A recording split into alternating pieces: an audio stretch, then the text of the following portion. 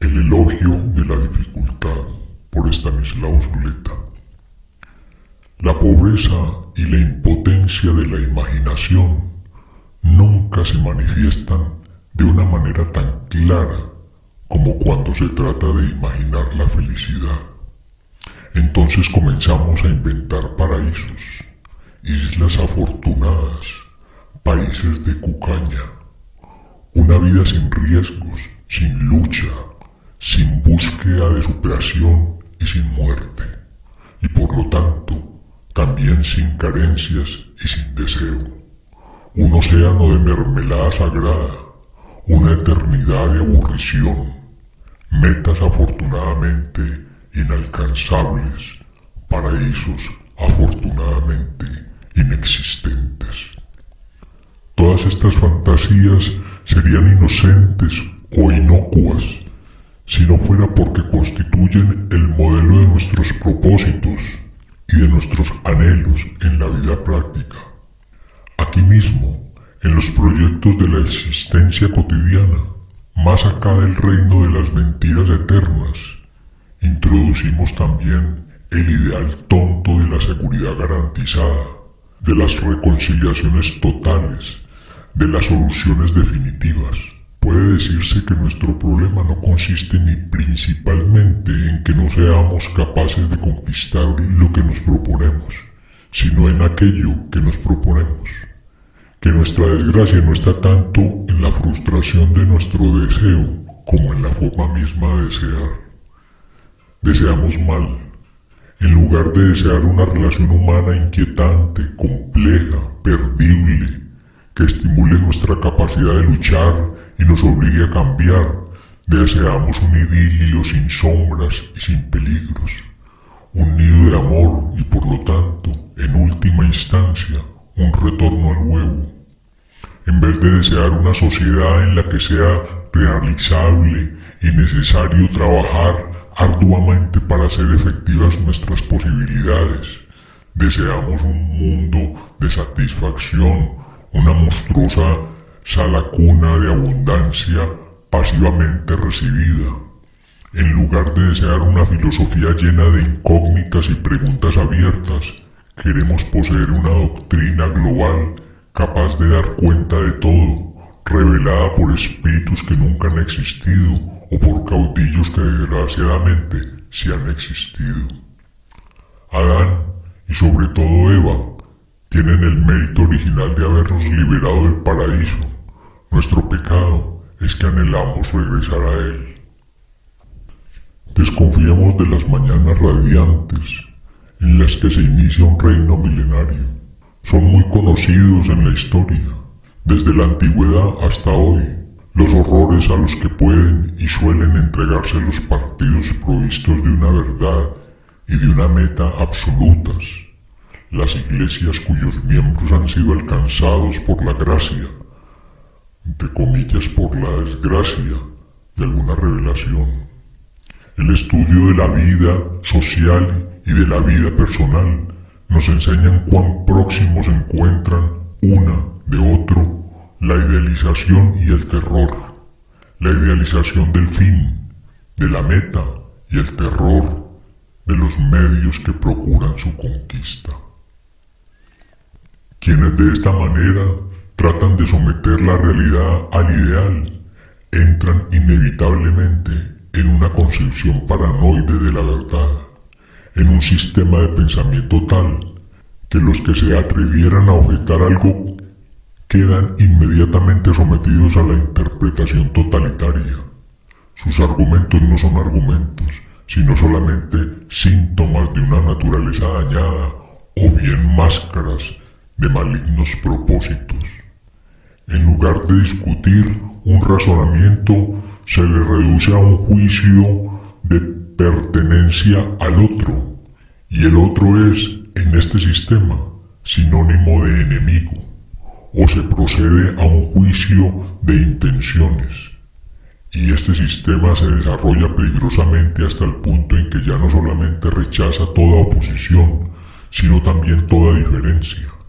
El que no está conmigo está contra mí, y el que no está completamente conmigo no está conmigo. así como hay, según Kant, un verdadero abismo de la razón que consiste en la petición de un fundamento último e incondicionado de todas las cosas. Así también hay un verdadero abismo de la acción, que consiste en la exigencia de una entrega total a la causa absoluta y concibe toda duda y toda crítica como traición o como agresión.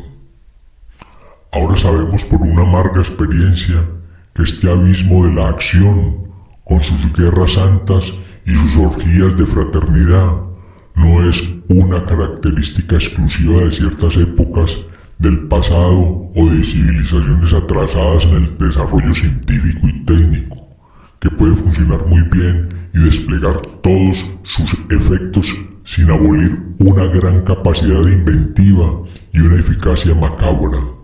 Sabemos que ningún origen filosóficamente elevado o supuestamente divino inmuniza una doctrina contra el riesgo de caer en la interpretación propia de la lógica paranoide que afirma un discurso particular. Todos lo son, como la designación misma de la realidad, y los otros como ceguera o mentira. El atractivo terrible que poseen las formaciones colectivas que se embriagan con la promesa de una comunidad humana no problemática, basada en una palabra infalible, consiste en que suprimen la indecisión y la duda, la necesidad de pensar por sí mismo, otorgan a sus miembros una identidad exaltada por participación, separan un interior bueno, el grupo, y un exterior amenazador. Así como se ahorra sin duda la angustia, se distribuye mágicamente la ambivalencia en un amor por lo propio y un odio por lo extraño, y se produce la más grande simplificación de la vida, la más espantosa facilidad. Y cuando digo facilidad no ignoro ni olvido que precisamente este tipo de formaciones colectivas se caracterizan por una inaudita capacidad de entrega y sacrificios, que sus miembros aceptan y desean el heroísmo, cuando no aspiran a la palma del martirio. Facilidad, sin embargo, porque lo que el hombre teme por encima de todo no es la muerte y el sufrimiento, en lo que tantas veces se refugia, sino la angustia que genera la necesidad de ponerse en cuestión, de combinar el entusiasmo y la crítica, el amor y el respeto.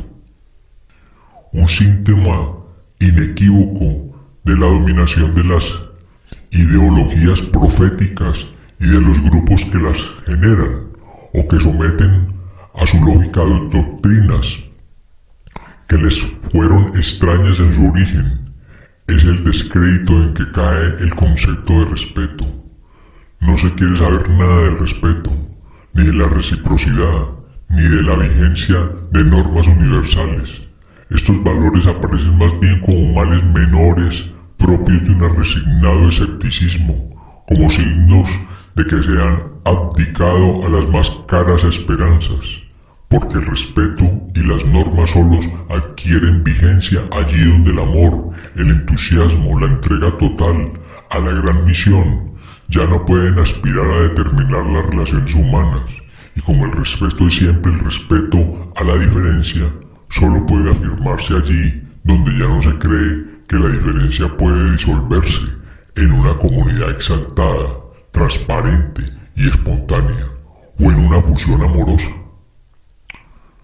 No se puede respetar el pensamiento del otro, tomarlo seriamente en consideración, someterlo a sus consecuencias, ejercer sobre él una crítica, válida también en principio para el pensamiento propio, cuando se habla desde la verdad misma, cuando creemos que la verdad habla por nuestra boca, porque entonces el pensamiento del otro solo puede ser error o mala fe, y el hecho mismo de su diferencia con nuestra verdad es prueba contundente de su falsedad, sin que se requiera ninguna otra.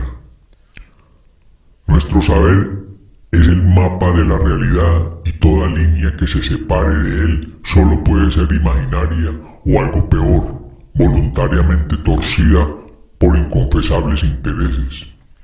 Desde la concepción apocalíptica de la historia, las normas y las leyes de cualquier tipo son vistas como algo demasiado abstracto y mezquino frente a la gran tarea de realizar el ideal y de encarnar la promesa, y por lo tanto solo se reclama y se valoran cuando ya no se cree en la misión incondicionada. Pero lo que ocurre cuando sobreviene la gran desidealización no es generalmente que se aprende a valorar positivamente lo que tan alegremente se había desechado o estimado solo negativamente. Lo que se produce entonces, casi siempre, es una verdadera ola de pesimismo, escepticismo y realismo cínico. Se olvida entonces que la crítica a una sociedad injusta, basada en la explotación y la dominación de clase, era fundamentalmente correcta, y que el combate por una organización social racional e igualitaria sigue siendo necesaria y urgente. A la desidealización sucede el arribismo individualista, que además piensa que ha superado toda moral por el solo hecho de que ha abandonado toda esperanza de una vida cualitativamente superior. Lo más difícil, lo más importante, lo más necesario, lo que de todos modos hay que intentar, es conservar la voluntad de luchar por una sociedad diferente sin caer en la interpretación paranoide de la lucha. Lo difícil, pero también lo esencial, es valorar positivamente el respeto y la diferencia, no como un mal menor y un hecho inevitable, sino como lo que enriquece la vida e impulsa la creación y el pensamiento, como aquello sin lo cual una imaginaria comunidad de los justos cantaría el eterno hosana del aburrimiento satisfecho. Hay que poner un gran signo de interrogación sobre el valor de lo fácil, no solamente sobre sus consecuencias, sino sobre la cosa misma, sobre la predilección por todo aquello que no exige de nosotros ninguna superación, ni nos pone en cuestión, ni nos obliga a desplegar nuestras posibilidades. Hay que observar con cuánta desgraciada frecuencia nos otorgamos a nosotros mismos, en la vida personal y colectiva, la triste facilidad de ejercer lo que llamaré una no reciprocidad lógica, es decir, el empleo de un método explicativo completamente diferente cuando se trata de dar cuenta de los problemas, los fracasos y los errores propios, y los de otro cuando es adversario o cuando disputamos con él. En el caso del otro aplicamos el esencialismo. Lo que ha hecho, lo que le ha pasado es una manifestación de su ser más profundo. En nuestro caso aplicamos el circunstancialismo, de manera que aún los mismos fenómenos se explican por las circunstancias adversas, por alguna desgraciada coyuntura. Él es así, yo me vi obligado. Él cosechó lo que había sembrado. Yo no pude evitar ese resultado. El discurso del otro no es más que un síntoma de sus particularidades, de su raza, de su sexo, de sus neurosis, de sus intereses egoístas. El mío es una simple constatación de los hechos y una deducción lógica de sus consecuencias. Preferimos que nuestra causa se juzgue por los propósitos y la adversaria por los resultados. Y cuando de este modo nos empeñamos en ejercer esa no reciprocidad lógica, que es siempre una doble falsificación, no solo respetamos al otro, sino también a nosotros mismos, puesto que nos negamos a pensar efectivamente el proceso que estamos viviendo.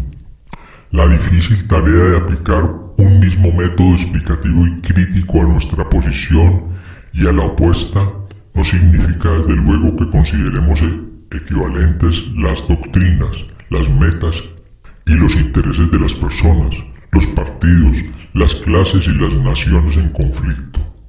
Significa por el contrario que tenemos suficiente confianza en la superioridad de la causa que defendemos como para estar seguros de que no necesita ni le conviene esa doble falsificación con la cual, en verdad, podría defenderse cualquier cosa. En el carnaval de miseria y derroche propio del capitalismo tardío, se oyen, a la vez lejanas y urgentes, las voces de Goethe y Marx, que nos convocaron a un trabajo creador, difícil, capaz de situar el individuo concreto a la altura de las conquistas de la humanidad. Dostoyevsky nos enseñó a mirar hasta dónde van las tentaciones de tener una fácil relación interhumana. Van no solo en el sentido de buscar el poder, ya que si no se puede lograr una amistad respetuosa en una empresa común, se produce lo que Baru llama intereses compensatorios, la búsqueda de amos, el deseo de ser vasallos, el anhelo de encontrar a alguien que nos libere de una vez por todas del cuidado que nuestra vida tenga un sentido. Dostoyevsky entendió hace más de un siglo que la dificultad de nuestra liberación procede de nuestro amor a las cadenas. Amamos las cadenas, los amos, las seguridades, porque nos evitan la angustia de la razón. Pero en medio del pesimismo de nuestra época, se sigue desarrollando el pensamiento histórico, el psicoanálisis, la antropología, el marxismo, el arte y la literatura. En medio del pesimismo de nuestra época surge la lucha de los proletarios que ya saben que un trabajo insensato no se paga con nada, ni con automóviles ni con televisores. Surge la rebelión magnífica de las mujeres que no aceptan una situación de inferioridad a cambio de halagos y protecciones. Surge la insurrección desesperada de los jóvenes que no pueden aceptar el destino que se les ha fabricado. Este enfoque nuevo nos permite decir como Fausto: también esta noche, tierra, permaneciste firme, y ahora renaces de nuevo a mi alrededor, y alientas otra vez en mí la aspiración de luchar sin descanso por una altísima existencia.